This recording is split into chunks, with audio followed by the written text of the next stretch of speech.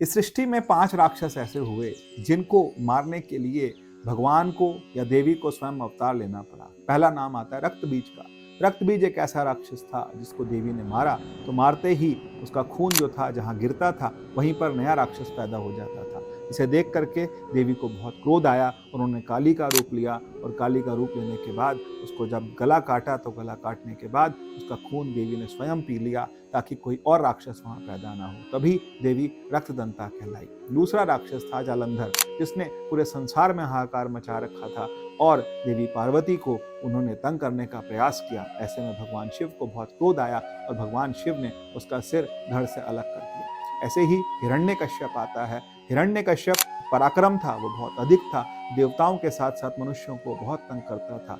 बहुत उच्च कोटि का असुर था और अपने पुत्र को मारने का वो षड्यंत्र रच रहा था, क्योंकि उसका पुत्र जो था प्रहलाद जो थे वो भगवान को मानते थे। हिरण्यकश्यप भगवान विष्णु के पूरी तरह से खिलाफ थे। तो ऐसे में उन्होंने अपने पुत्र को मरवाने का प्रयास किया और भगवान स्वयं नरसिंह रूप में एक खंबे से निकल करके आए और उसका अपने नाखूनों से वध किया। इसी तरह से चौथा जो था हिरणाक्ष। हिरणाक्ष एक ऐसा राक्षस था जो कि पूरी की पूरी पृथ्वी को रसातल से उठा करके, सरफेस से उठा करके वो पाताल में ले गया और पाताल में ले जा करके उसने सभी लोग बहुत परेशान हुए। उसकी वजह से बहुत हाहाकार मची।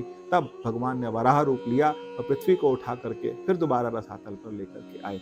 ऐसे ही पांचवा नाम आता मधुकैटभ। मधुकैटभ 2 राक्षस थे जो कि भगवान विष्णु की कान की मैल से पैदा हुए थे और इनको मारने के लिए भगवान को देवी महामाया का या फिर भगवती का सहारा लेना पड़ा और देवी भगवती ने दोनों को मारा।